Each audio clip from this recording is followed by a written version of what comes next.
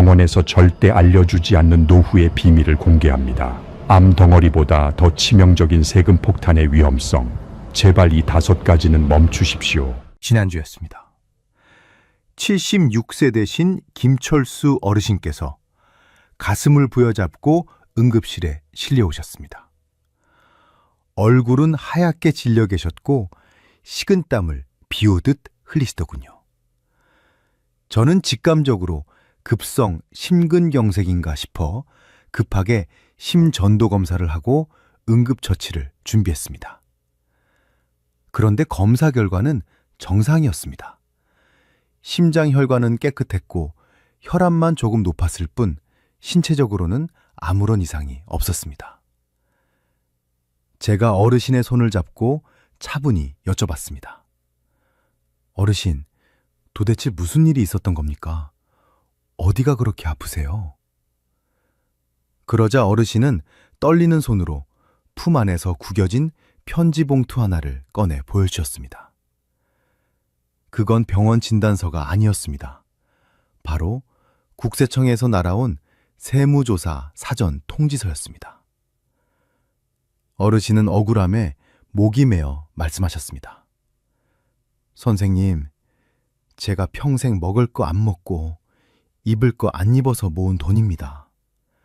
손주 녀석 대학 가서 기죽지 말라고 학비 좀 보태주고 아들 녀석 전세금 모자란다길래 조금씩 떼어준 게 전부인데 이게 죄가 됩니까? 나라에서 내 노후자금을 다 뺏어가겠답니다. 어르신의 병명은 신장마비가 아니라 억울함으로 인한 급성 화병이었습니다. 여러분, 이 이야기가 남의 일 같으십니까? 절대 그렇지 않습니다. 지금 대한민국 국세청은 과거와는 완전히 다른 차원의 진단 장비를 갖췄습니다. 예전에는 사람이 일일이 장부를 뒤졌지만 지금은 인공지능 AI 시스템이 24시간 쉬지 않고 여러분의 계좌를 들여다보고 있습니다. 우리가 병원에서 MRI를 찍으면 몸속 아주 작은 종양까지 찾아내듯이 국세청 AI는 여러분이 자녀에게, 손주에게 보낸 돈의 흐름을 1원 단위까지 추적해냅니다. 많은 분들이 잘못 알고 계신 민간요법이 하나 있습니다. 하루에 1,000만 원만 안 넘으면 괜찮다더라. 990만 원씩 쪼개서 보내면 국세청도 모른다더라 하는 이야기 들어보셨을 겁니다. 의사로서 단호하게 말씀드립니다. 그건 병을 고치는 게 아니라 병을 더 키우는 아주 위험한 행동입니다. AI 시스템은 여러분이 돈을 쪼개서 보내는 그 패턴 자체를 이상징후로 포착합니다. 마치 심전도 모니터에 부정맥 신호가 잡히는 것처럼 국세청 모니터에 여러분의 이름이 빨간불로 뜨게 되는 겁니다. 올해 나라 살림이 많이 어렵다고 합니다. 세수가 부족하다는 뉴스가 연일 나오고 있죠. 이건 무슨 뜻일까요? 세금을 걷어야 하는 정부 입장에서는 더 촘촘한 그물망을 던질 수밖에 없다는 뜻입니다. 고액 자산가들만 잡는 게 아닙니다. 평범하게 살아오신 여러분이 가족을 위해 쓴 돈이 자칫하면 탈세라는 무시무시한 병명이 되어 돌아올 수 있습니다. 김철수 어르신처럼 응급실에 실려오지 않으시려면 지금 당장 예방주사를 맞으셔야 합니다. 오늘 저는 여러분께 딱 5가지를 처방해 드릴 겁니다. 절대 하지 말아야 할 3가지 나쁜 습관과 당장 실천해야 할 2가지 안전 수칙입니다. 이건 단순히 돈 몇 푼 아끼는 문제가 아닙니다. 여러분의 평온한 노후와 건강을 지키기 위한 필수 생존 수칙입니다. 지금 가슴이 철렁하신 분들 계실 겁니다.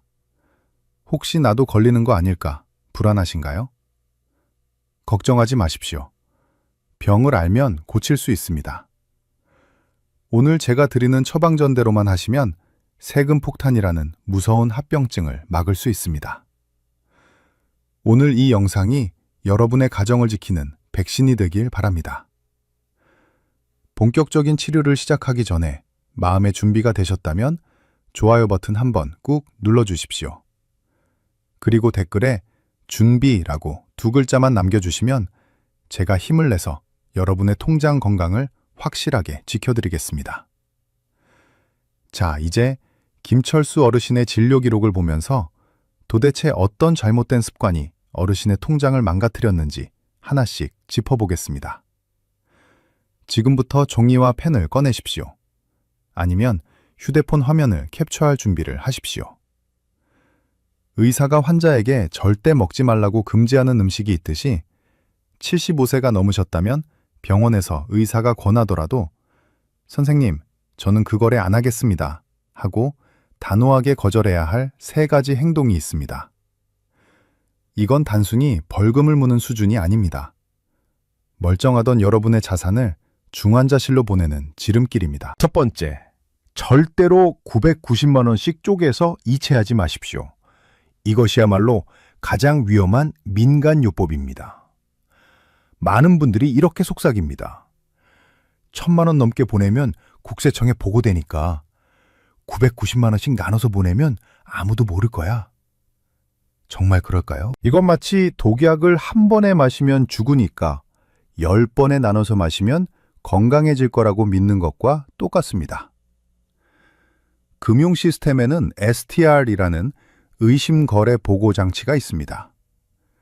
이 시스템은 여러분이 1000만 원이라는 기준을 피하기 위해 일부러 금액을 쪼개는 패턴을 기가 막히게 찾아냅니다. 990만 원씩 3일 연속으로 보낸다거나 500만 원씩 일주일 간격으로 보낸다? AI는 이걸 보자마자 이렇게 진단합니다. 아, 이 사람은 법을 피하려는 의도가 있구나. 고의적인 탈세 환자구나. 차라리 한 번에 보내고 떳떳하게 선령하면 될 일을 괜히 숨기려다 가산세가 40%까지 붙는 괘씸죄 처방을 받게 됩니다. 호미로 막을 것을 가래로도 못 막는 상황이 벌어지는 겁니다. 두 번째, 생활비 명목으로 보낸 돈을 자녀가 저축하거나 투자하게 절대 두지 마십시오. 김철수 어르신이 바로 이 함정에 걸려 넘어지셨습니다. 어르신은 아들이 서울살이가 팍팍할까봐 매달 100만 원씩 생활비로 보내주셨습니다. 그런데 아들이 워낙 알뜰해서 그 돈을 안 쓰고 차곡차곡 모아 주식 투자를 했습니다. 이게 왜 문제가 되냐고요? 세법이라는 의학사전에서 정의하는 생활비는 소모품입니다. 우리 몸에 들어와서 에너지로 쓰이고 사라져야 하는 영양소 같은 겁니다. 그런데 그 돈이 사라지지 않고 아들 통장에 그대로 남아서 주식이 되고 적금이 되었다? 국세청은 이걸 생활비가 아니라 자산 증식, 즉 증여로 판단합니다. 밥 사 먹으라고 준 돈으로 집을 사거나 주식을 샀다면 그건 더 이상 생활비가 아닙니다. 용도에 맞지 않는 약을 쓴 부작용으로 세금 고지서가 날아오는 겁니다. 세 번째, 소득이 있는 다 큰 자녀에게 생활비를 보내지 마십시오. 이게 한국 부모님들이 제일 많이 하는 실수입니다. 내 자식이 직장 다니면서 월급 300만 원, 400만 원을 받아도 부모 눈에는 늘 부족해 보이죠. 그래서 반찬값이라도 하라고 돈을 보내주십니다. 하지만 냉정하게 들으셔야 합니다. 세법상 생활비 비과세 혜택은 피부양자, 즉 스스로 먹고 살 능력이 없는 사람에게만 적용되는 응급조치입니다. 이미 직장이 있고 소득이 있는 자녀는 혼자 숨쉬고 밥 먹을 수 있는 건강한 성인입니다.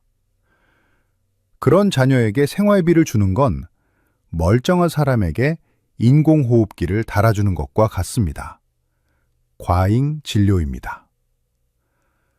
국세청은 자녀가 벌이가 있는데도 부모에게 돈을 받았다면 그걸 생활비가 아니라 공짜로 받은 재산, 즉 증여로 봅니다.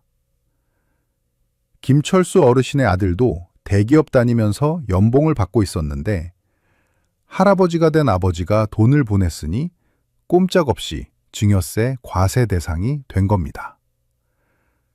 지금까지 제가 말씀드린 3가지 금지 사항, 머릿속에 확실히 입력하셨습니까? 쪼개서 보내지 말 것, 생활비로 저축하지 말 것, 돈 버는 자녀에게 생활비 주지 말 것. 이 세 가지 나쁜 습관만 끊으셔도 여러분은 세무조사라는 무서운 질병에서 80%는 벗어나신 겁니다. 하지만 여기서 끝이 아닙니다. 하지 말아야 할 걸 알았으니 이제는 어떻게 해야 안전한지 올바른 치료법을 아셔야겠죠? 합법적으로 세금 한 푼 안 내고 당당하게 자녀를 도울 수 있는 특효 처방전이 있습니다. 궁금하시다면 이 영상을 주변 친구분들에게도 공유해 주세요. 카카오톡으로 딱 한 번만 공유하시면 내 친구의 노후 자금까지 지켜주는 생명의 은인이 되실 수 있습니다. 김철수 어르신은 제 설명을 여기까지 듣고는 이렇게 하소연하셨습니다. 선생님, 하지 말아야 할 건 알겠는데 그럼 자식 힘든 거 뻔히 보면서 모른 척 하라는 겁니까? 부모 마음이 어떻게 그럽니까? 저는 어르신의 거친 손을 꼭 잡고 말씀드렸습니다. 아닙니다. 자녀를 도울 방법이 분명히 있습니다. 세금이라는 부작용 없이 아주 안전하고 합법적으로 자산을 이전하는 3대 면역 강화 처방전이 있습니다. 지금부터 그 비법을 공개합니다. 첫 번째 처방전, 10년 주기 면역 백신을 맞으십시오. 의학적으로 가장 안전하고 확실한 방법입니다. 여러분, 파상풍 주사나 독감 예방 주사도 맞는 주기가 있죠? 증여세도 똑같습니다. 딱 10년이라는 주기만 지키면 세금을 한 푼도 안 내고 목돈을 줄 수 있습니다. 성인 자녀에게는 10년 동안 5천만 원까지, 미성년 손주에게는 2천만 원까지 세금이 면제됩니다. 그리고 이 한도는 10년이 지나면 다시 리셋됩니다. 자녀가 30세일 때 5천만 원을 주고 40세가 되면 또 5천만 원, 50세에 또 5천만 원. 이렇게 계획만 잘 세우면 평생 1억 5천만 원이라는 큰 돈을 세금 걱정 없이 물려줄 수 있습니다. 하지만 여기서 정말 중요한 핵심이 하나 있습니다. 많은 분들이 5천만 원 안 넘으니까 그냥 줘도 되겠지 하고 신고를 안 하십니다. 이건 마치 예방주사는 맞았는데 진료 기록을 남기지 않는 것과 같습니다. 나중에 국세청이 이 돈 어디서 났냐고 물으면 증명할 길이 막막해집니다. 반드시 홈택스에 들어가서 증여세 신고를 하십시오. 낼 세금이 0원이라도 신고는 무조건 해야 합니다. 이 신고 기록이 바로 여러분을 평생 지켜줄 국가공인 진단서가 되어줍니다. 10년 뒤, 20년 뒤에 어떤 조사가 나와도 이 기록 한 장이면 모든 의심을 잠재울 수 있습니다. 두 번째 처방전, 다이렉트 주사요법을 쓰십시오. 병원비나 등록금처럼 꼭 필요한 돈을 지원해 줄 때는 자녀의 통장을 거치지 말고 기관으로 바로 쏘셔야 합니다. 우리가 응급 환자에게 약물을 투여할 때 혈관은 못 찾으면 링거를 꽂을 수 없죠. 자녀의 통장이 바로 그 막힌 혈관입니다. 예를 들어 보겠습니다. 손주 대학 등록금 500만 원을 도와주고 싶습니다. 보통은 아들 통장에 500만 원을 보내고 아들이 그 돈으로 학교에 냅니다. 이러면 국세청 AI는 이렇게 판단합니다.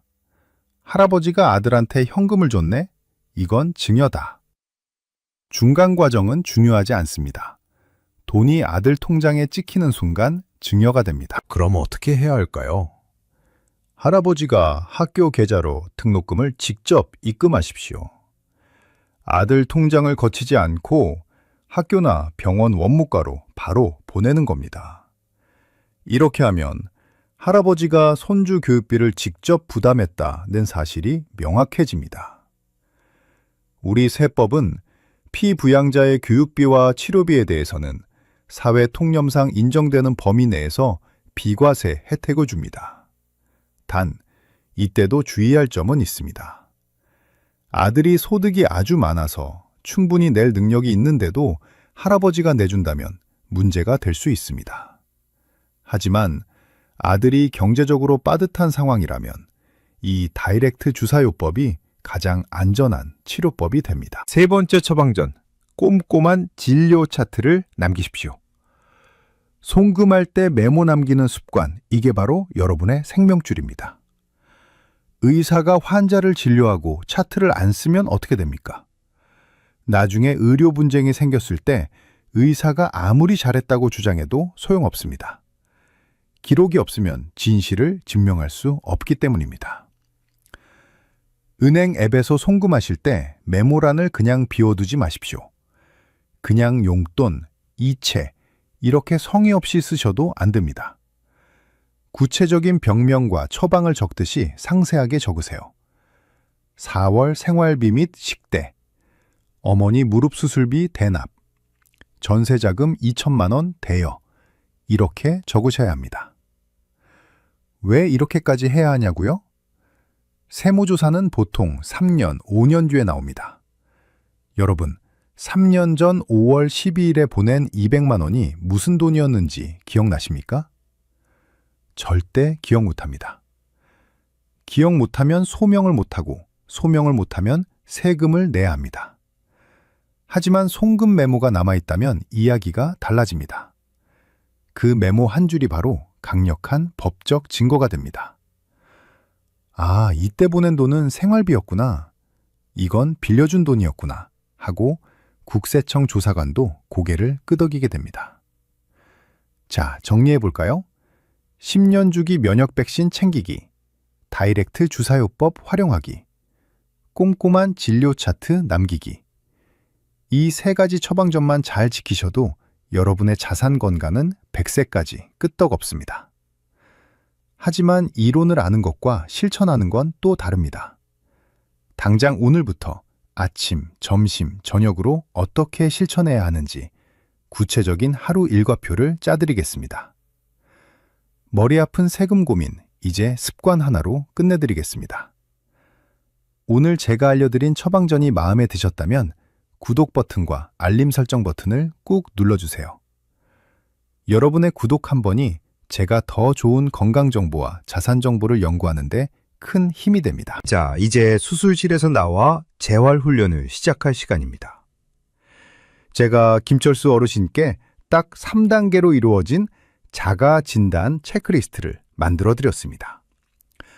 여러분도 오늘부터 은행 앱을 켜기 전에 마치 혈압을 재듯이 이 세 가지를 먼저 체크하셔야 합니다.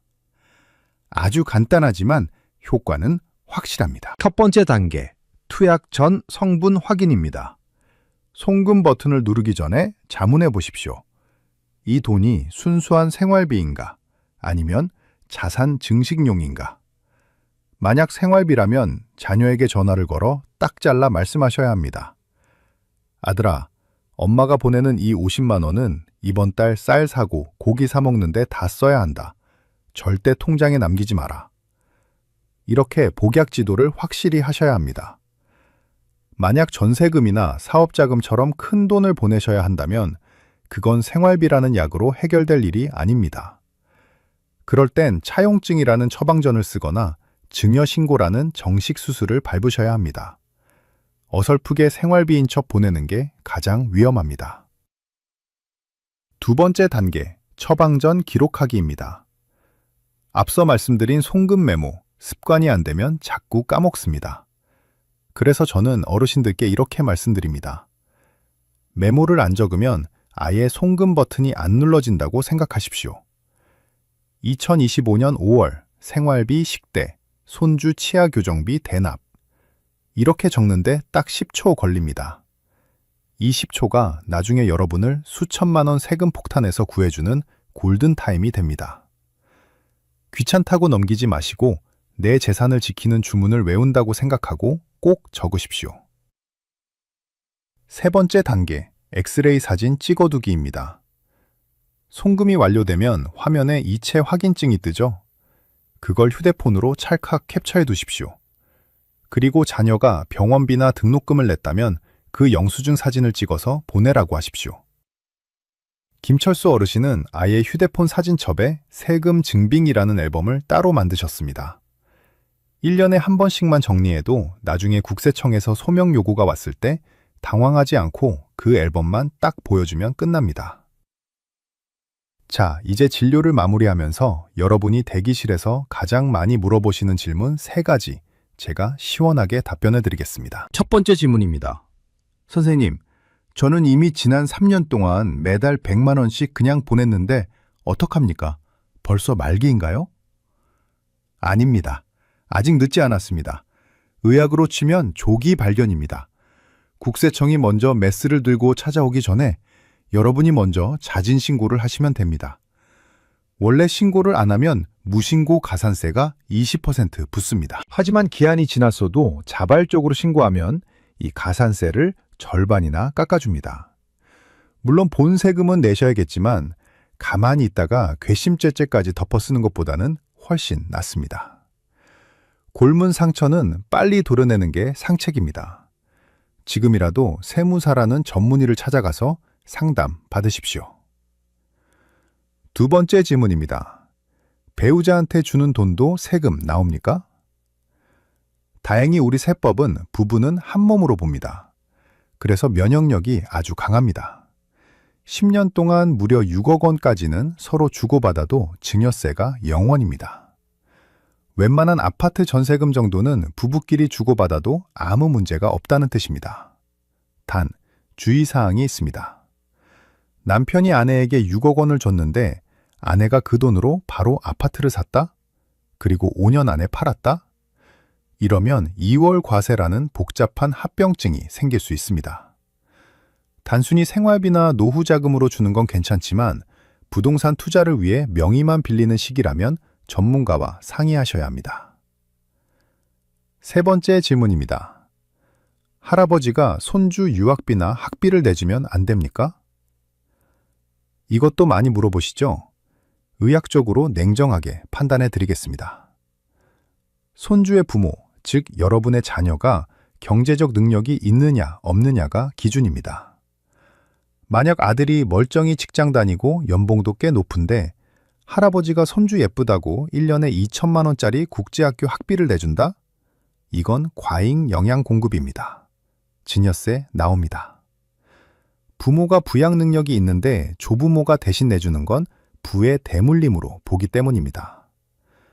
하지만 아들이 갑자기 실직했거나 아파서 돈을 못 버는 상황이라면 그때 할아버지가 내주는 학비는 구호물자로 인정받아 비과세가 될 수 있습니다. 즉, 자녀의 경제적 건강 상태를 먼저 체크하셔야 합니다. 여러분, 오늘 배운 내용이 머릿속에 좀 그려지십니까? 복잡해 보여도 원리는 하나입니다. 숨기지 말고 기록하고 원칙대로 하라. 이것만 지키시면 국세청 AI도 여러분을 건드릴 수 없습니다. 자, 오늘부터 당장 이 안전수칙을 실천해 보겠다. 내 통장 내가 지키겠다. 다짐하신 분들은 댓글에 실천이라고 2글자만 남겨주세요. 그리고 댓글창에서 서로 격려해 주십시오. 혼자 하면 작심삼일이 되지만 같이 하면 건강한 습관이 됩니다. 여러분, 오늘 긴 시간 동안 진행된 진료 내용을 딱 3줄의 처방전으로 요약해 드리겠습니다. 이것만은 꼭 냉장고 문에 붙여두고 기억하십시오. 첫째, 쪼개기 이체는 약이 아니라 독입니다. 국세청 AI 시스템을 속이려 하지 마시고 꼼수가 아닌 전공법을 택하십시오. 둘째, 혈관을 뚫고 직접 투여하십시오. 병원비나 등록금은 자녀 통장을 거치지 말고 해당 기관으로 직접 보내야 비과세 혜택을 받을 수 있습니다. 셋째, 진료 차트 없는 의술은 없습니다. 송금할 때마다 구체적인 용도를 메모하고 영수증을 챙기는 습관이 훗날 여러분을 지키는 가장 강력한 변호사가 됩니다. 그렇다면 응급실에 실려오셨던 김철수 어르신은 지금 어떻게 지내고 계실까요? 어르신은 저와의 상담 후 국세청에 자진 신고를 하셨습니다. 물론 세금은 일부 내셨습니다. 하지만 매일 밤 잠 못 이루게 하던 불안감이라는 만성질환이 씻은 듯이 사라졌습니다. 가산세도 크게 줄였고요. 지난주에 혈압약을 타러 오셨는데 얼굴색이 그렇게 좋으실 수가 없더군요. 선생님, 이제 2다리 뻗고 잡니다. 진작 이렇게 할 걸 그랬습니다. 하시며 웃으시는데 의사로서 정말 뿌듯했습니다. 김철수 어르신은 이제 아들에게 돈을 보낼 때 제가 알려드린 10초 루틴을 철저히 지키십니다. 용도 확인하고 메모 남기고 증거 남기고. 처음에는 조금 귀찮았지만 이제는 이 습관이 내 돈과 가족을 지키는 안전벨트라는 걸 확실히 아신 거죠. 존경하는 어르신 여러분, 저는 의사입니다.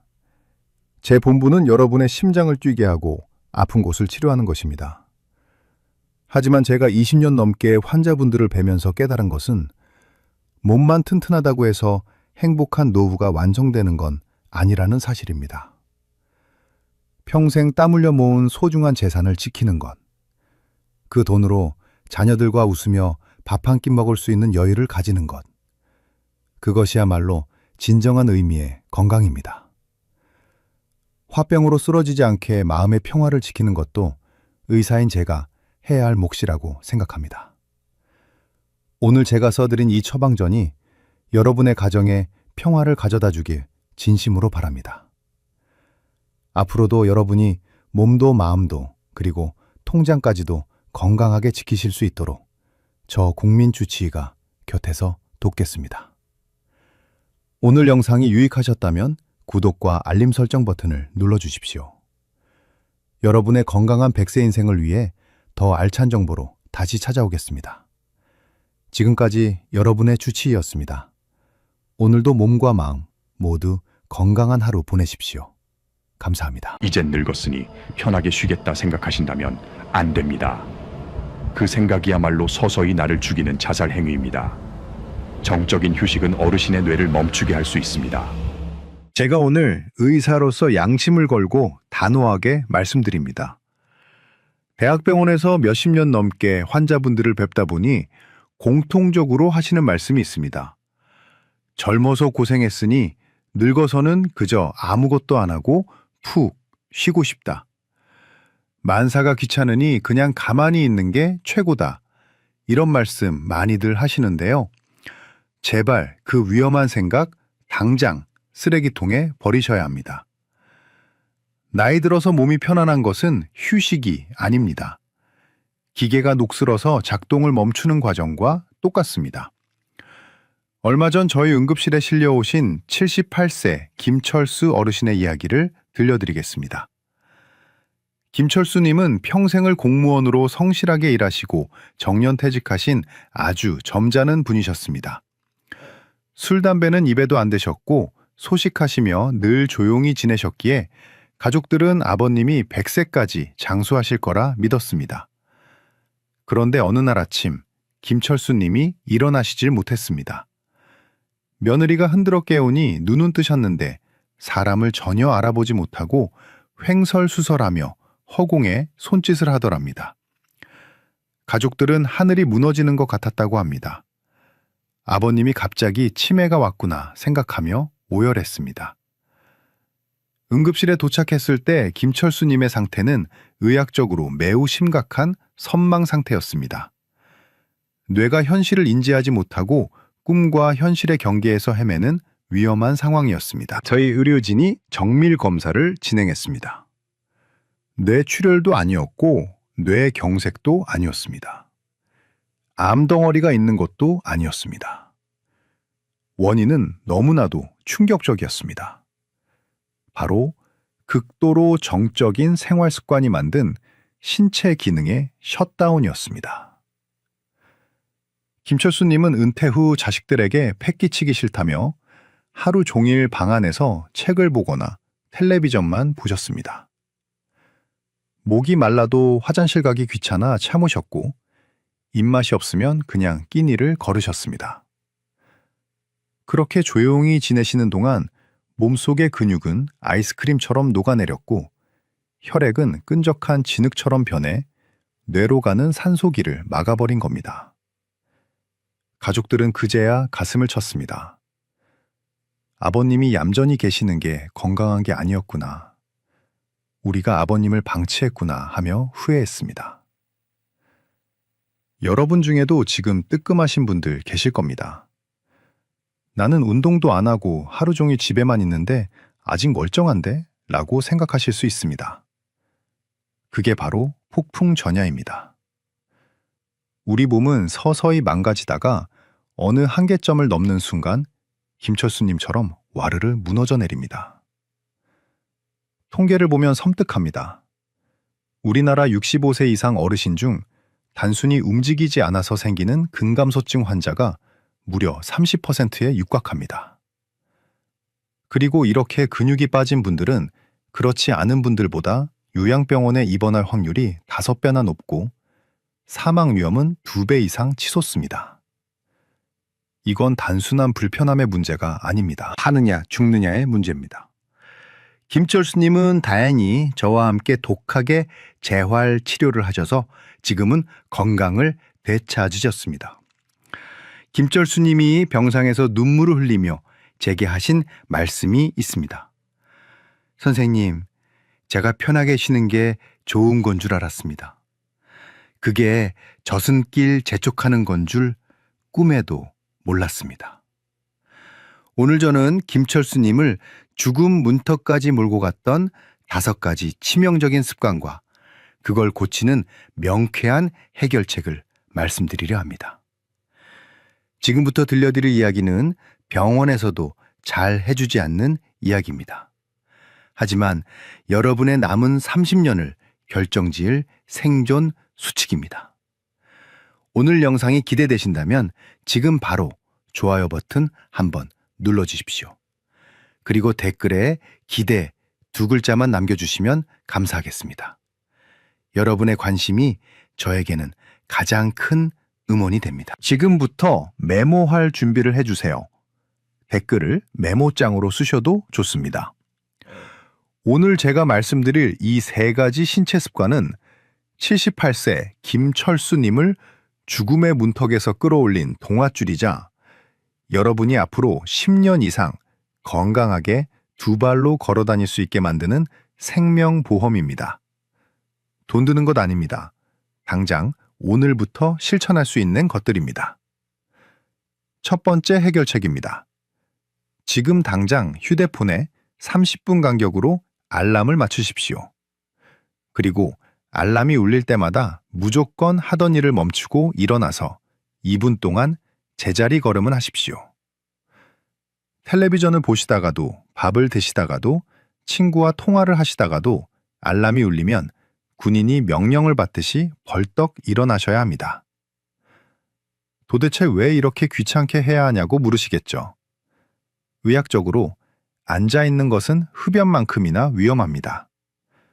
세계보건기구에서는 오래 앉아있는 좌식 생활을 고혈압, 흡연, 고혈당에 이어 전 세계 사망 위험 요인 4위로 지정했습니다. 하루 10시간 이상 꼼짝 않고 앉아 계시면 조기 사망 위험이 무려 40%나 증가합니다. 김철수님이 딱 그러셨습니다. 점잖게 서재에 앉아 책만 보셨는데 그게 사실은 혈관을 서서히 조르고 있었던 겁니다. 우리가 앉아 있으면 허벅지와 종아리 근육이 활동을 멈춥니다. 그러면 심장으로 돌아가야 할 피가 다리로 내려가서 고여버립니다. 고인물이 썩듯이 고인피는 굳어서 혈전이라는 피떡을 만듭니다. 이 피떡이 혈관을 타고 둥둥 떠다니다가 뇌혈관을 막으면 뇌경색이고 심장혈관을 막으면 심근경색이 되는 겁니다. 하지만 희망은 있습니다. 연구 결과에 따르면 30분마다 딱 2분씩만 일어나서 움직여 주셔도 혈류 속도가 정상으로 돌아오고 혈관이 막히는 것을 막을 수 있습니다. 하루에 10번만 하셔도 20분 운동입니다. 따로 헬스장 가실 필요 없습니다. 이 2분의 기적을 믿으셔야 합니다. 두 번째 해결책입니다. 매끼 밥상에 계란이나 두부 혹은 고기를 반드시 올리십시오. 그리고 내 체중 1kg당 단백질 1.2g을 약처럼 챙겨 드셔야 합니다. 예를 들어 체중이 60kg이시라면 하루에 72g의 단백질이 필요합니다. 계산하기 복잡하시죠? 아주 쉽게 알려드립니다. 아침에는 삶은 계란 2개, 점심에는 생선 1토막, 저녁에는 두부 반모. 이렇게만 드셔도 충분합니다. 밥이랑 김치만 드시는 식사는 이제 절대 안 됩니다. 왜 이렇게 단백질에 목숨을 걸어야 할까요? 70대가 넘어가면 근육은 여러분의 생각보다 훨씬 더 빠르게 사라집니다.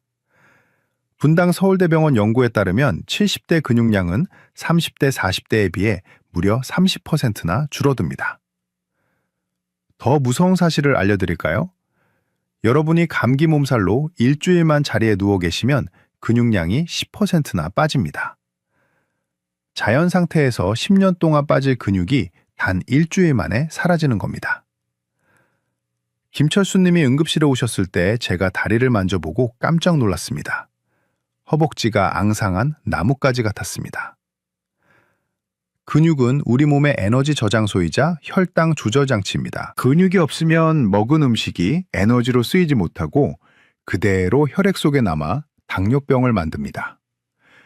게다가 근육에서 나오는 마이오카인이라는 물질은 뇌세포를 보호하는 역할을 하는데 근육이 마르면 이 보호막이 사라져 치매 위험까지 치솟습니다. 근육은 단순히 힘 자랑하기 위해 필요한 게 아닙니다. 생존을 위한 필수 장기입니다. 세 번째 해결책입니다. 목이 마르지 않아도 시간을 정해두고 숙제를 하듯이 물을 마시십시오. 아침 기상 직후 식사 30분 전, 오후 3시 저녁 식사 전, 잠들기 2시간 전. 이렇게 하루 6잔에서 8잔을 억지로라도 드셔야 합니다. 화장실 가기 귀찮다고 물 안 드시는 분들 정말 많은데 이건 제 명을 재촉하는 지름길입니다. 왜냐하면 우리 몸의 갈증 센서가 고장났기 때문입니다. 젊을 때는 몸의 수분이 1%만 부족해도 목이 마르다는 신호를 보냅니다. 하지만 70대가 넘어가면 뇌 시상 하부에 있는 갈증 중추 기능이 떨어져서 몸이 바짝바짝 말라가는데도 목마름을 느끼지 못합니다. 김철수 님이 쓰러지셨을 때 혈액 검사를 해보니 혈액이 끈적끈적한 꿀처럼 변해 있었습니다. 물이 부족하면 혈액의 농도가 진해져서 흐름이 느려지고 막히기 쉽습니다. 특히 어르신들이 자주 호소하시는 어지럼증이나 만성 피로, 그리고 김철수 님처럼 갑자기 헛소리를 하는 선망 증세의 절반 이상은 심각한 탈수 때문입니다. 물은 우리 몸을 돌아가게 하는 윤활유이자 연료입니다. 목이 마르다고 느낄 때는 이미 늦은 겁니다. 약을 먹는다는 심정으로 물을 드셔야 합니다. 정리하겠습니다. 30분마다 알람 맞춰 일어나기, 몇 끼 단백질 반찬 챙겨 먹기, 시간 정해두고 물 마시기. 이 3가지만 지키셔도 김철수님처럼 갑자기 쓰러지는 일은 막을 수 있습니다. 김철수님은 이 3가지를 실천하시고 나서 딱 한 달 만에 지팡이 없이 걸어서 진료실에 들어오셨습니다. 여러분도 하실 수 있습니다. 내 몸을 살리는 이 중요한 정보를 나만 알고 있으면 안 되겠죠? 지금 바로 카카오톡 공유하기 버튼을 눌러서 가족 단체방이나 소중한 친구분들에게 보내주세요. 여러분의 공유 한 번이 사랑하는 사람의 생명을 구할 수도 있습니다. 여러분, 몸을 아무리 건강하게 만들어놔도 나를 나답게 만드는 뇌가 무너져버리면 아무 소용이 없습니다. 지금부터 말씀드릴 2가지 습관은 여러분의 뇌와 마음을 지키는 최후의 보루입니다. 김철수 님이 단순히 몸만 쇠약해진 게 아니라 왜 사람을 못 알아보는 선망까지 겪으셔야 했는지 그 결정적인 이유가 바로 여기에 있습니다. 4번째 해결책입니다. 귀찮아도 억지로 나가서 사람을 만나시고 귀가 조금이라도 안 들리면 당장 보청기를 끼십시오. 일주일에 최소 2번은 경로당이든 복지관이든 종교 모임이든 정기적으로 나가는 곳이 있어야 합니다. 그리고 가족이나 친구와 매일 10분 이상 수다를 떠십시오. 별 할 말이 없어도 날씨 이야기라도 하셔야 합니다. 김철수 님이 왜 방 안에만 틀어박히셨는지 아십니까? 성격이 괴팍해서가 아니었습니다. 귀가 잘 안 들리기 시작하면서부터였습니다. 친구들이 말을 걸어도 잘 못 알아들으니 자꾸 되묻는 게 창피하고 자존심이 상하셨던 겁니다. 그래서 에라 모르겠다 하고 그냥 혼자 지내기를 택하신 거죠. 이게 뇌에는 치명타였습니다. 의학적으로 사회적 고립은 뇌를 쪼그라들게 만드는 가장 강력한 독입니다. 미국 공중보건국에서는 고독을 하루에 담배 15개비를 피우는 것과 똑같은 발암물질급 위험 요소로 규정했습니다. 플로리다 대학교의 10년 추적 연구 결과를 보면 사회적으로 고립된 노인은 치매 발병 위험이 무려 40%나 높았습니다. 우리 뇌는 사람을 만나서 표정을 읽고 대화를 주고받을 때 가장 활발하게 움직입니다. 그런데 혼자 있으면 뇌의 이 기능이 멈춥니다. 특히 난청을 방치하면 외부 자극이 차단되면서 뇌의 인지 기능이 급격히 떨어집니다. 보청기는 단순히 소리를 듣게 해주는 기계가 아닙니다. 뇌로 가는 자극 통로를 뚫어주는 뇌신경 치료기입니다. 김철수님께 제가 사정사정해서 보청기를 맞춰드렸더니 처음에는 시끄럽다고 싫어하셨지만 지금은 친구분들 목소리가 들리니 살 것 같다고 하십니다. 대화가 되니까 표정이 살아나셨습니다. 5번째 해결책입니다. 뇌를 편하게 두지 말고 제발 들들 볶으십시오. 매일 다니던 산책로 말고 낯선 길로 가십시오.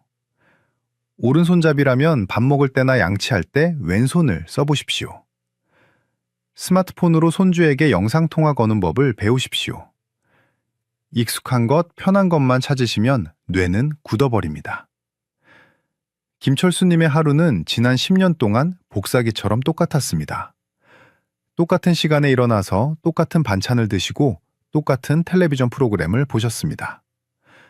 뇌 입장에서는 새로운 정보를 처리할 필요가 전혀 없었던 겁니다. 뇌과학에서는 신경가소성이라는 개념이 있습니다. 뇌세포는 죽을 때까지 새로운 자극을 주면 새로운 연결망을 만들어냅니다. 이게 바로 뇌의 회춘입니다. 하지만 자극이 없으면 있던 연결망도 끊어집니다. 2023년 치매역학 조사에 따르면 글을 읽고 쓰는 배움의 기회가 적을수록 치매 위험이 최대 10배까지 높아졌습니다. 반면 새로운 것을 배우려고 노력하는 분들은 뇌 속에 인지 예비능이라는 비상 배터리가 생겨서 치매 단백질이 쌓여도 증상이 나타나지 않았습니다. 뇌는 게으른 주인을 제일 싫어합니다. 낯선 길을 가면 뇌는 길을 찾기 위해 풀가동됩니다. 안 쓰던 손을 쓰면 반대쪽 뇌가 깨어납니다. 익숙함과 결별하는 것이야말로 뇌를 젊게 만드는 가장 확실한 비법입니다. 자, 여기서 추가로 놓치면 안 되는 꿀팁 2가지만 짧게 덧붙이겠습니다. 첫째, 지금 드시는 약봉투를 전부 들고 병원에 가서 약 정리 한번 받으십시오. 김철수 님도 확인해 보니 다니는 병원이 여러 군데라 비슷한 위장약과 진통제가 중복되어 있었습니다. 약을 5개 이상 드시는 분들은 약끼리 충돌해서 어지럼증이나 낙상을 유발할 수 있으니 1년에 한 번은 꼭 약점검을 받으셔야 합니다. 둘째, 악력을 키우십시오. 병뚜껑 따기가 힘들다면 내 몸의 근육이 다 빠졌다는 신호입니다. 악력은 전신 건강 성적표입니다. 틈나는 대로 고무공을 쥐었다 폈다 하시거나 철봉에 매달리는 연습을 하십시오. 정리하겠습니다. 보청기 끼고 나가서 사람 만나 떠들기, 낯선 길로 다니며 뇌 괴롭히기, 불필요한 약 줄이기, 이 습관들이 여러분의 정신을 맑게 지켜줄 겁니다.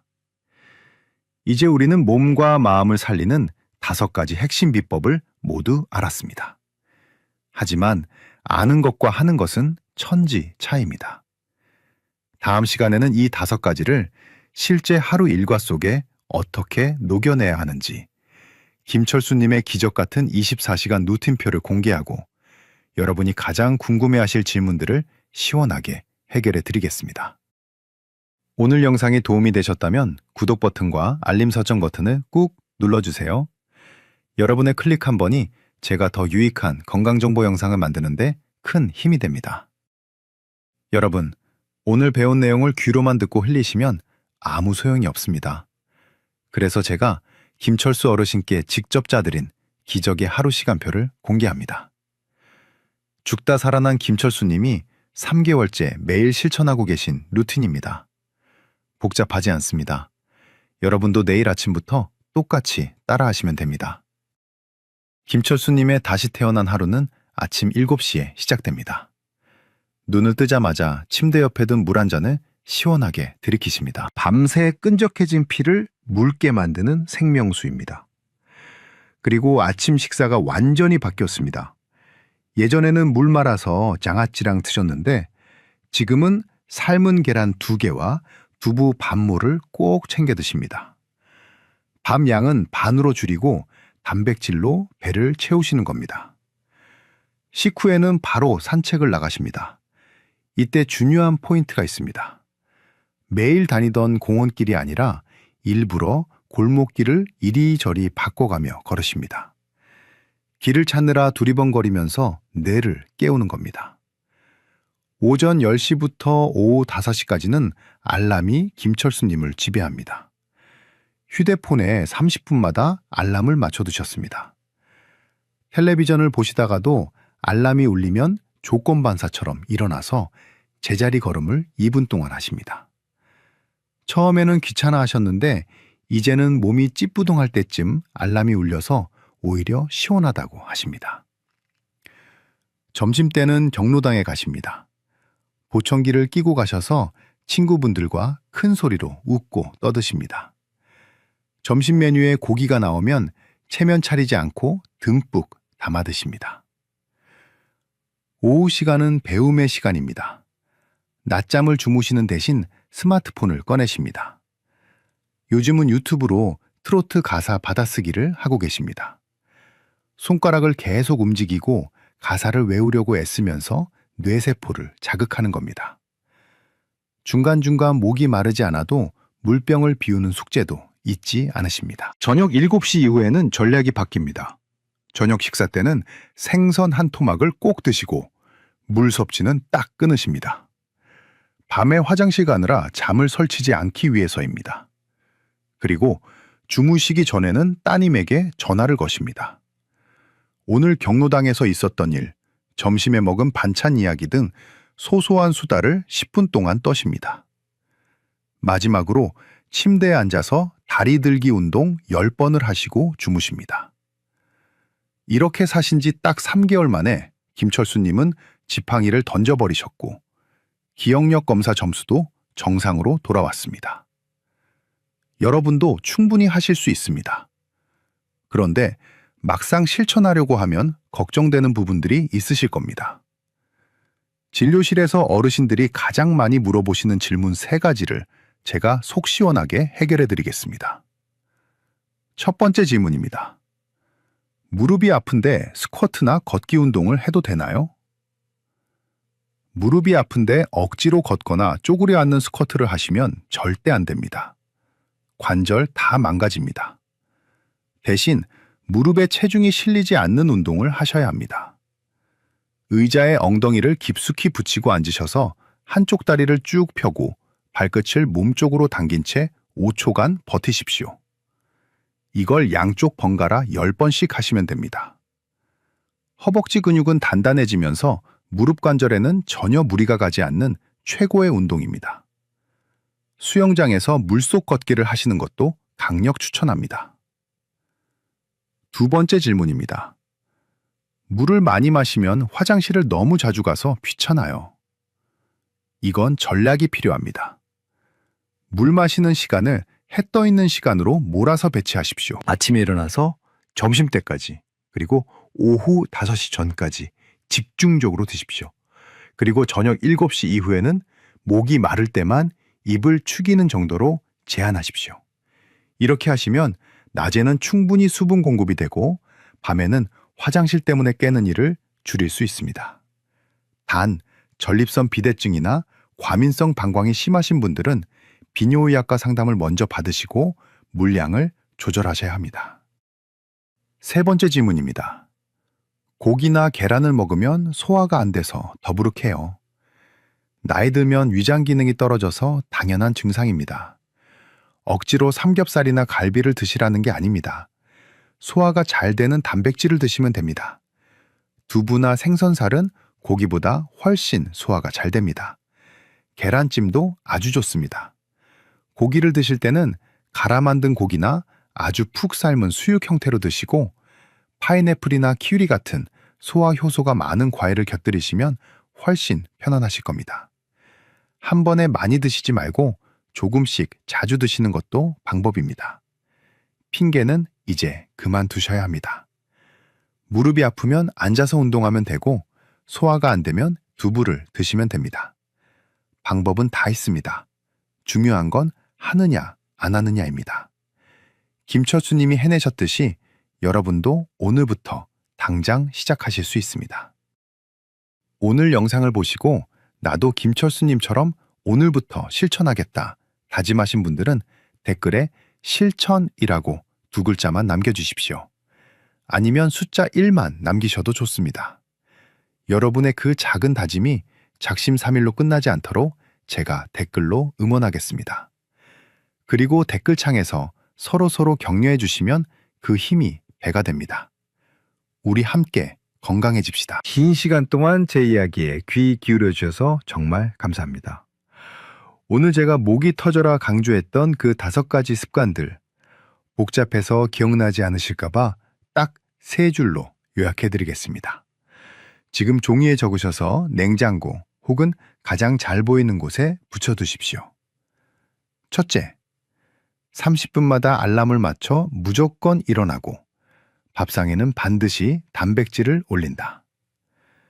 앉아있는 시간은 죽어가는 시간이고 움직이는 시간은 살아나는 시간입니다. 밥과 김치만 드시지 마시고 계란 한 알이라도 더 드셔서 소중한 근육을 지키십시오. 둘째, 목마르기 전에 물을 마시고 귀찮아도 나가서 사람을 만난다. 갈증은 내 몸이 보내는 구조 신호가 끊긴 상태입니다. 시간 맞춰 물을 드셔서 혈액을 돌리십시오. 그리고 고독은 담배보다 해롭습니다. 보청기를 끼고서라도 나가서 떠들고 웃으십시오. 셋째, 익숙한 길을 버리고 낯선 길로 다니며 뇌를 괴롭힌다. 편안함은 뇌의 무덤입니다. 매일 새로운 길, 새로운 배움으로 뇌세포를 깨우십시오. 여러분, 70대는 인생을 정리하는 시기가 아닙니다. 2번째 인생을 꽃 피우는 시기입니다. 자동차도 10년 타면 부품 갈아주고 기름 칠해줘야 더 오래 타지 않습니까? 하물며 70년을 쉬지 않고 달려온 여러분의 몸입니다. 이제는 조금 더 세심하게 기름칠을 해주고 관리를 해줘야 합니다. 귀찮다고 생각하지 마십시오. 나이 들어서 아프면 나만 고생하는 게 아니라 사랑하는 가족들의 마음까지 병들게 합니다. 하지만 건강하면 나도 행복하고 자식들에게도 최고의 선물이 됩니다. 김철수 님이 손자 손을 잡고 산을 오르시는 그 뒷모습이 바로 자식들에게 물려줄 수 있는 최고의 유산입니다. 오늘 당장 다 바꾸려고 하지 마십시오. 부담 갖지 마십시오. 오늘은 딱 하나. 30분마다 일어나는 것부터 시작해 보십시오. 내일은 물 마시는 시간을 정해 보십시오. 그렇게 하루에 하나씩 김철수 님이 하셨던 것처럼 천천히 따라가시면 됩니다. 작심삼일도 괜찮습니다. 3일 하고 하루 쉬고 다시 시작하면 그게 바로 꾸준함입니다. 저는 확신합니다. 오늘 이 영상을 끝까지 보신 여러분은 이미 건강해지기로 마음먹으신 겁니다. 그 마음만 있다면 3개월 후 여러분의 몸은 지금과는 완전히 달라져 있을 겁니다. 꼿꼿한 허리, 힘찬 걸음걸이, 그리고 총명한 눈빛으로 다시 태어나실 여러분을 제가 진심으로 응원하고 기도하겠습니다. 오늘 영상이 유익하셨다면 구독 버튼을 눌러 저의 든든한 건강 파트너가 되어주십시오. 그리고 알림 설정까지 해두시면 제가 준비한 돈보다 귀한 건강 정보를 가장 먼저 받아보실 수 있습니다. 날씨가 쌀쌀합니다. 옷 따뜻하게 챙겨 입으시고 오늘 하루도 부지런히 움직이시길 바랍니다. 감사합니다. 병원이 절대 말해주지 않는 무서운 진실. 매일 목욕하는 습관이 당신의 수명을 10년 앞당깁니다. 70세가 넘으셨다면 당장 이 5가지 목욕 습관부터 버리십시오. 여러분, 진료실에 있다 보면 겨울철마다 정말 안타까운 환자분들을 뵙게 됩니다. 겉보기엔 멀쩡해도 시한폭탄을 안고 사는 분들이 너무나 많습니다. 오늘 들려드릴 78살 한정숙 어르신의 이야기에 아마 무릎 치시는 분들 분명 계실 겁니다. 한정숙 어르신은 동네에서 깔끔하기로 소문난 분이셨습니다. 평생 하루도 거르지 않고 뜨거운 물에 푹 담가야 피로가 풀린다고 믿으셨고, 때를 밀지 않으면 잠을 못 주무시는 분이셨죠. 그런데 지난달 개운하게 목욕을 마치고 나오시려던 순간 갑자기 머릿속이 하얘지면서 욕실 바닥으로 그대로 주저앉으셨습니다. 다행히 며느님이 소리를 듣고 119를 불렀기에 망정이지, 그날 혼자 계셨다면 다시는 어르신을 뵙지 못했을지도 모릅니다. 병원에 오신 어르신은 평생 해오던 대로 씻었을 뿐인데 왜 이런 일이 생겼냐며 억울해하셨습니다. 하지만 그건 위험한 착각이었습니다.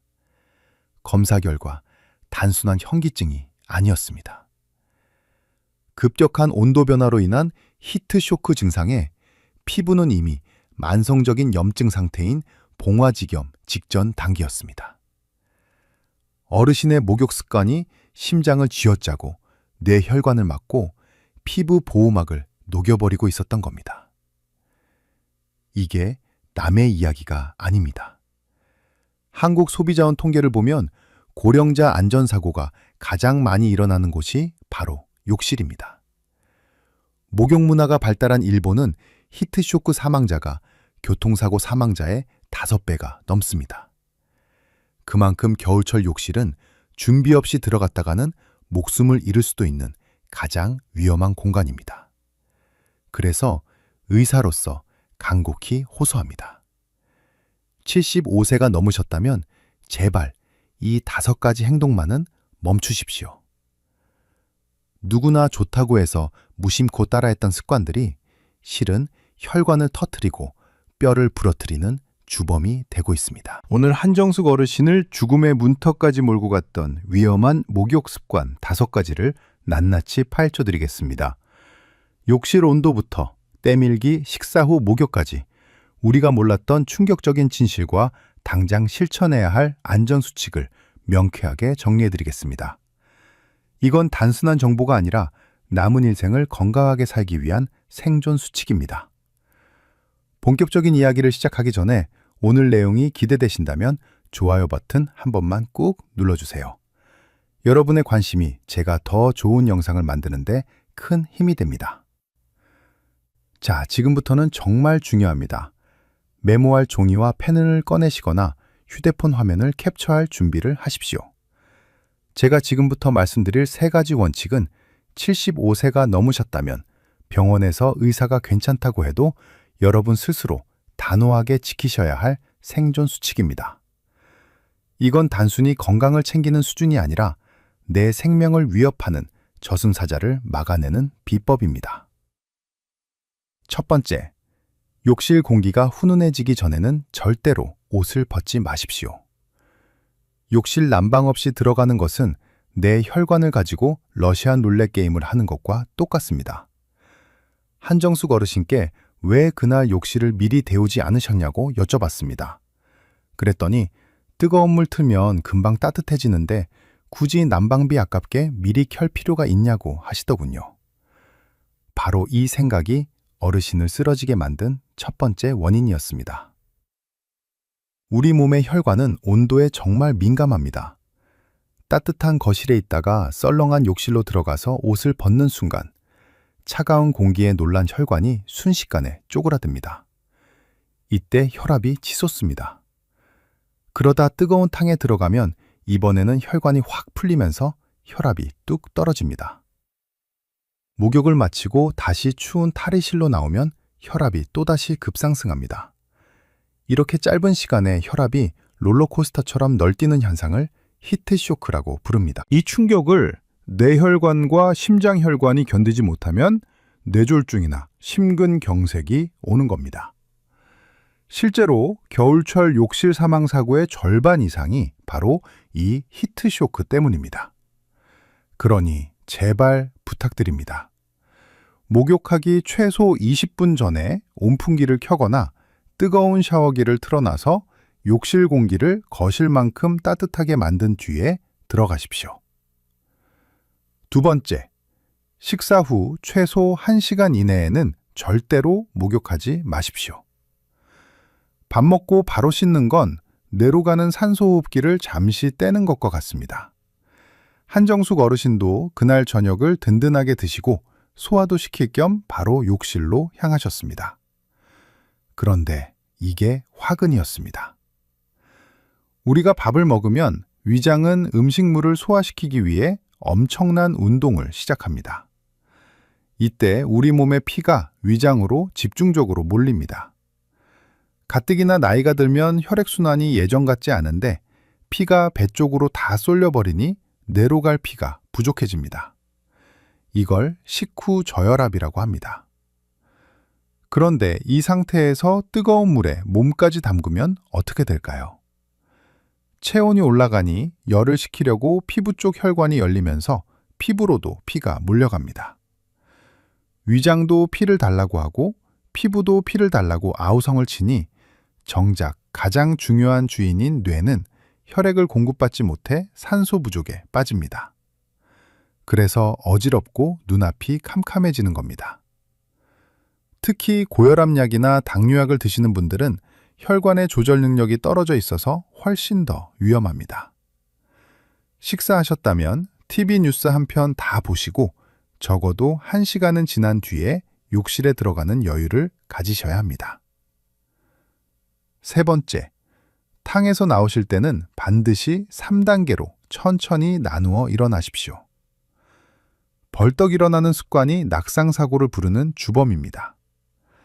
한정숙 어르신이 쓰러지신 결정적인 순간이 바로 탕에서 몸을 일으킬 때였습니다.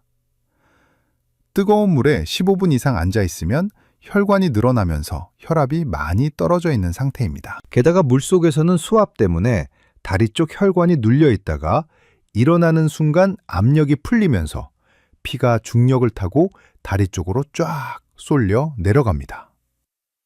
뇌까지 피를 뿜어 올려줘야 하는데 펌프질이 안 되는 겁니다. 이걸 기립성 저혈압이라고 부릅니다. 젊은 사람은 금방 회복하지만 어르신들은 이 순간 균형을 잃고 넘어지십니다. 욕실 바닥은 딱딱한 타일이라 머리를 다치면 정말 큰일 납니다. 그래서 앞으로는 이렇게 하십시오. 1단계, 탕 속에서 나오기 전에 10초 동안 심호흡을 하십시오. 2단계, 탕 턱에 걸터 앉거나 무릎을 꿇고 다시 10초를 기다려 몸이 중력에 적응할 시간을 주십시오. 3단계, 어지러움이 없는지 확인하고 난간이나 손잡이를 잡고 천천히 일어서십시오. 이 30초의 기다림이 뇌를 보호하고 여러분의 엉덩이뼈를 지켜줄 겁니다. 자, 지금까지 말씀드린 3가지, 욕실 난방, 식후 1시간 대기, 3단계 기립법. 이 3가지만 지켜도 욕실에서 급작스럽게 쓰러지는 일은 90% 이상 막을 수 있습니다. 혹시 지금 이 이야기를 듣고 우리 부모님은 괜찮으신가? 시골에 계신 장인어른은 따뜻하게 씻고 계신가? 걱정되시나요? 그렇다면 주저하지 마시고 이 영상을 가족 단톡방에 공유해 주세요. 여러분의 작은 관심과 공유가 사랑하는 가족의 생명을 지키는 가장 확실한 보험이 됩니다. 앞서 말씀드린 내용이 생명을 지키는 방패였다면 이번에 말씀드릴 2가지는 여러분의 노년을 괴롭히는 지긋지긋한 가려움증과 염증에서 벗어나게 해줄 해독제입니다. 여전히 나는 때를 밀어야 개운하다, 매일 씻어야 직성이 풀린다 하시는 분들은 지금부터 제 이야기에 귀를 기울여 주십시오. 4번째, 때밀이 수건은 당장 쓰레기통에 갖다 버리십시오. 때를 미는 것은 피부의 더러움을 씻어내는 게 아니라 우리 몸을 지키는 최후의 방어막인 각질층을 억지로 벗겨내는 자해 행위나 다름없습니다. 한정숙 어르신이 응급실에 오셨을 때 제가 다리를 보고 깜짝 놀랐습니다. 정강이 피부가 마치 가뭄 든 논바닥처럼 쩍쩍 갈라져 있었고 곳곳에 피딱지가 앉아 있었습니다. 어르신께서는 때를 안 밀면 몸이 근질거려서 벅벅 밀었다고 하셨는데 그게 정반대였습니다. 때를 밀어서 피부가 망가졌기 때문에 더 가려웠던 겁니다. 여러분이 때라고 생각해서 국수 가닥처럼 밀어내는 그것은 사실 더러운 노폐물이 아닙니다. 우리 피부에 수분이 날아가지 않게 막아주고 외부 세균이 침투하지 못하게 막아주는 아주 훌륭한 단백질 보호막입니다. 이걸 거친 타월로 벗겨내면 피부는 알몸 상태가 됩니다. 그러면 아주 작은 자극에도 예민해져서 미칠 듯이 가려워집니다. 가려우니 긁게 되고 긁으면 상처가 납니다. 더 무서운 건 그 상처 틈으로 세균이 들어가는 겁니다. 노인성 봉화지겸이라는 병 들어보셨습니까? 피부 깊은 곳에 세균이 침투해서 시뻘겋게 부어오르고 고열이 나는 병인데 심하면 폐혈증으로 사망에 이를 수도 있습니다. 한정숙 어르신도 다리 상처를 통해 세균 감염이 진행 중이셨습니다. 깨끗하자고 한 때밀이가 오히려 세균에게 어서 오십시오 하고 대문을 열어준 꼴이 된 겁니다. 제발 부탁드립니다. 샤워 타월도 쓰지 마시고 부드러운 손으로 비누 거품만 살살 문질러도 씻는 건 충분합니다. 5번째, 전신 목욕은 일주일에 딱 2-3번으로 제한하십시오. 매일 비누칠을 해서 온몸을 씻는 건 피부에 남아있는 마지막 기름 한 방울까지 짜내는 것과 같습니다. 많은 어르신들이 나이 들수록 냄새가 날까봐 매일 씻어야 한다고 생각하십니다.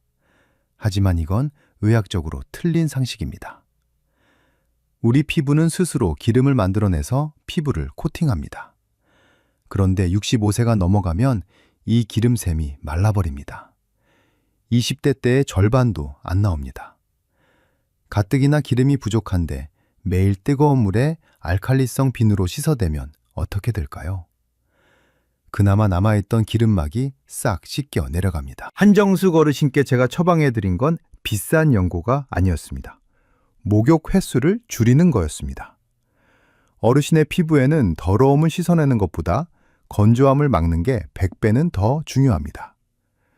땀이 많이 나는 겨드랑이나 사타구니, 발 같은 곳만 매일 부분적으로 씻으시고 전신 목욕은 이틀이나 사흘에 한 번만 하셔도 위생상 아무런 문제가 없습니다.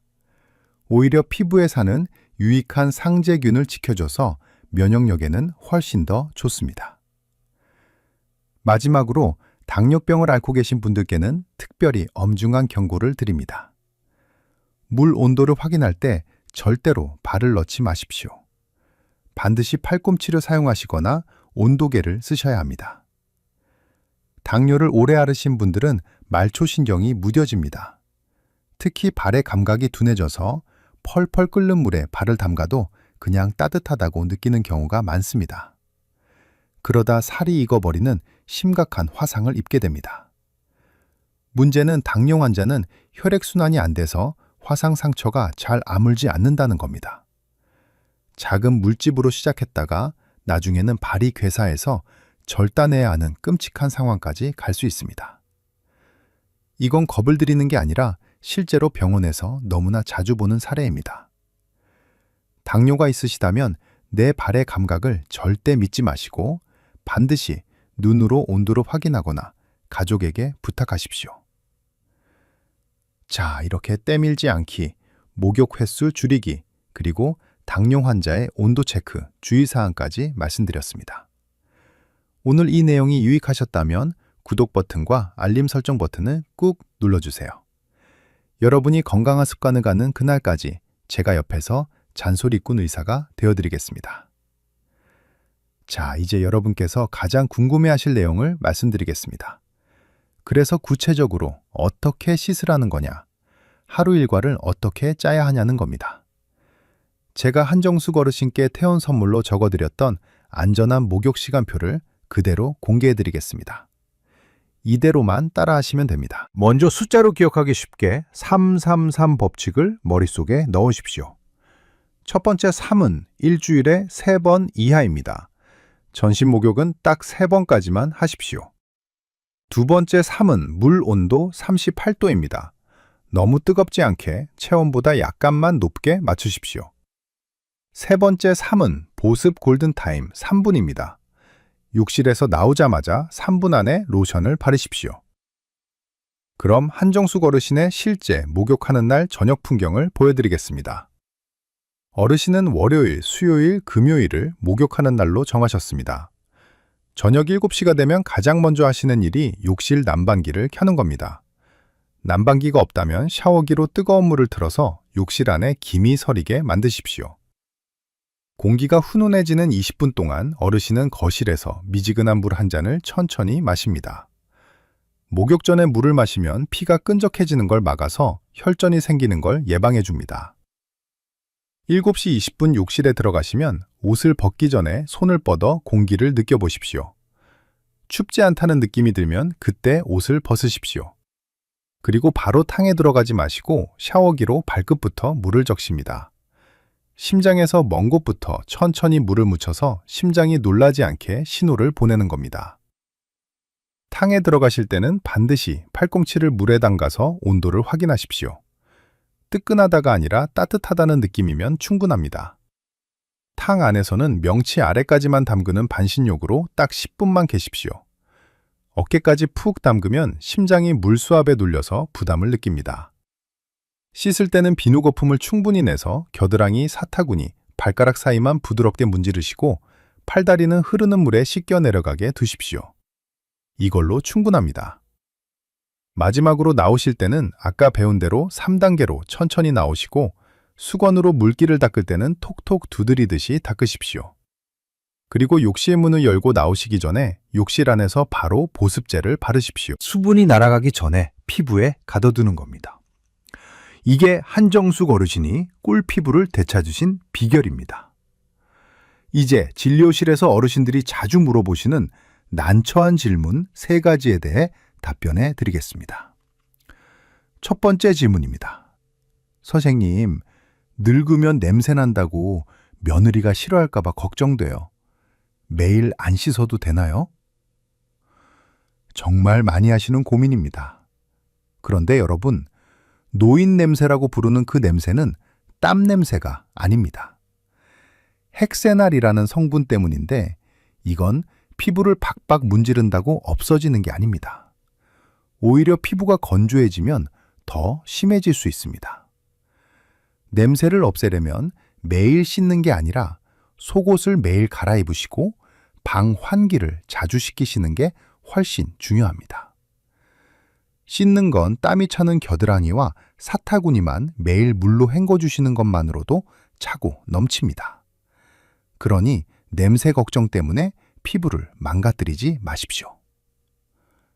두 번째 질문입니다. 보습제가 너무 비싸요.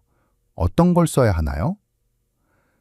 비싼 화장품, 사실 필요 전혀 없습니다. 약국이나 마트에서 파는 대용량 바디로션이면 충분합니다. 성분표를 보시고 세라마이드나 판테놀 같은 성분이 들어있는지 확인해 보세요. 아니면 아주 저렴한 바셀린을 섞어 바르셔도 좋습니다.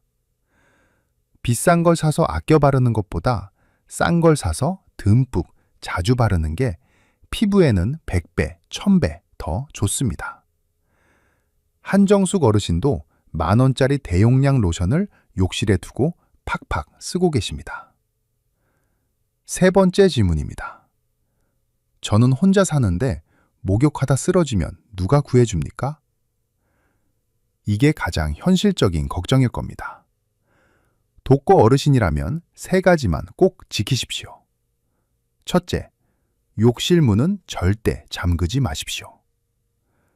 둘째, 휴대폰을 비닐팩에 넣어서 욕실 안이나 문 바로 앞에 두십시오. 셋째, 목욕하기 전에 자녀분이나 가까운 친구에게 지금 씻으러 들어간다고 전화 한 통 하십시오. 30분 뒤에 연락 없으면 신고해달라고 농담처럼이라도 말씀해 두십시오. 이 작은 습관이 만약의 상황에서 여러분을 살립니다. 여러분, 오늘 제가 말씀드린 이 루틴이 처음에는 좀 번거롭고 귀찮으실 수 있습니다. 물 마시고 난방하고 천천히 일어나고, 하지만 딱 일주일만 해보십시오.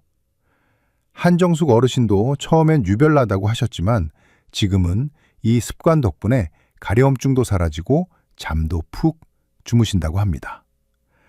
자, 오늘부터 저랑 약속하시는 겁니다. 안전하게 씻고 건강하게 살겠다라고요. 지금 바로 실천하실 분들은 댓글창에 실천이라고 딱 2글자만 남겨주세요. 여러분의 굳은 의지를 제가 확인하고 응원해 드리겠습니다. 다른 분들이 남긴 댓글을 보시면서 나만 노력하는 게 아니구나 하고 서로 힘을 얻으셨으면 좋겠습니다. 여러분, 오늘 들으신 내용이 많아서 조금 헷갈리실 수도 있습니다. 그래서 제가 딱 1분 만에 머릿속에 정리해 드리겠습니다. 이것만큼은 꼭 기억하고 실천해 주십시오. 첫째, 욕실과 거실의 온도 차이를 없애십시오. 목욕 20분 전에는 무조건 욕실을 따뜻하게 데우시고 탕에서 나올 때는 3단계로 천천히 일어나서 기립성 저혈압을 막으셔야 합니다. 둘째, 밥 먹고 바로 씻지 마십시오. 식사 후 최소 1시간은 기다렸다가 들어가셔야 뇌와 심장으로 가는 피가 부족하지 않습니다. 셋째, 제발 때를 밀지 마십시오. 거친 타월은 갖다 버리시고 전신 목욕은 주 2회나 3회로 줄이십시오. 이것만 지켜도 지긋지긋한 가려움증과 피부염증에서 해방될 수 있습니다. 넷째, 당뇨가 있으신 분들은 절대 발로 물 온도를 확인하지 마시고 눈으로 확인하거나 가족의 도움을 받으십시오. 마지막으로 목욕 후 3분 안에 보습제를 바르는 습관을 들이십시오. 비싼 화장품보다 듬뿍 바르는 저렴한 로션이 여러분의 피부를 지키는 최고의 명약입니다. 우리 한정숙 어르신은 어떻게 지내고 계실까요? 얼마 전 정기검진을 받으러 오셨는데 얼굴색이 얼마나 좋아지셨는지 모릅니다. 예전에는 밤새 긁느라 잠을 못 자서 늘 피곤해 보이셨는데 이제는 아침까지 푹 주무신다고 자랑하셨습니다. 그리고 경로당에 가셔서 친구분들에게 때밀지 마라, 밥 먹고 바로 씻지 마라 하시면서 건강 전도사 노릇을 톡톡히 하고 계신다고 합니다. 어르신께서 제 손을 잡고 하신 말씀이 기억에 남습니다. 선생님, 진작 알았더라면 그 고생 안 했을 텐데 이제라도 알아서 천만다행입니다. 이제는 목욕하는 시간이 무섭지 않고 정말 개운하고 행복합니다. 여러분, 목욕은 우리 몸을 깨끗하게 하고 하루의 피로를 씻어내는 가장 편안한 휴식이어야 합니다. 내 생명을 담보로 도박을 하는 위험한 시간이 되어서는 절대 안 됩니다. 오늘 제가 목이 터져라 강조한 이 내용들은 단순히 씻는 방법을 바꾸라는 잔소리가 아닙니다. 여러분이 사랑하는 가족들과 더 오래오래 건강하게 웃으며 살기 위한 최소한의 안전장치입니다. 지금 이 영상을 보고 계신 여러분도 한정숙 어르신처럼 건강하고 안전한 목욕 습관으로 바꾸실 수 있습니다. 오늘 당장 떼수건부터 정리하시고 욕실 온도를 점검해 보십시오. 혹시 주변에 아직도 뜨거운 물에 푹 지지고 때를 밀어야 건강하다고 믿는 고집센 친구분이나 부모님이 계신가요? 100번 말로 설명하는 것보다 이 영상 하나 공유해 드리는 게 훨씬 효과적일 겁니다. 여러분의 작은 공유 버튼 클릭 한 번이 소중한 사람의 생명을 구하는 결정적인 계기가 될 수 있습니다. 저는 앞으로도 여러분이 병원보다는 공원에서, 가족보다는 친구들과 즐겁게 지내실 수 있도록 돕는 건강 길라잡이가 되겠습니다. 부디 아프지 마시고 오래오래 건강하십시오. 감사합니다.